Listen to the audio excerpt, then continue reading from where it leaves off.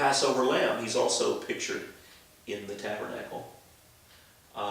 As I've already mentioned, God dwelling with his people. Jesus came in tabernacle. John 1:14 says, "And the Word was made flesh and dwelt," or tabernacled, among us, and we beheld his glory. Just as when God came down and his presence in the earthly tabernacle, the people beheld the glory of God in the tabernacle. And so also in Aaron, the high priest, who offered to God the sacrifices once a year. He entered into the holy place, and first offering a sacrifice for himself and then for the people. And the author of the epistle to the Hebrews details how he prefigures that Christ is a greater high priest who did not have to offer for his own sins, but he offered one sacrifice for sins for all time at the cross. And so Aaron himself prefigures Christ. So we see Christ all throughout the book of Exodus. Yeah, absolutely. One of the things I also want to just mention is that I think we see the sacraments of the church prefigured in the book of Exodus too. We see Moses in the beginning drawn out of the water.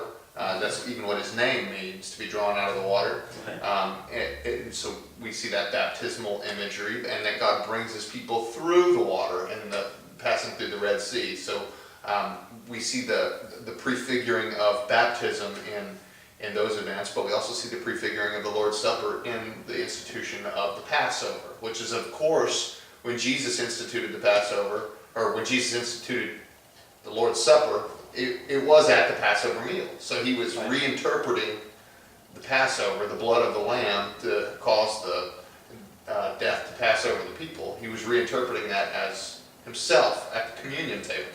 Yes. That he is the Lamb, and his blood causes death to pass over his people. Yes. And so the ceremonies that they were given to worship pointed forward to Christ. And the ceremonies that we're given as a church point back to Christ. Yes. And it's interesting that you mentioned that. There's another place where Jesus is seen in Exodus. When they're in the wilderness and they have nothing to eat. And God says, "I will cause manna to fall from heaven." And when Jesus comes in John chapter 6, he says, "I am the bread from God. I am, whoever eats from me shall never hunger."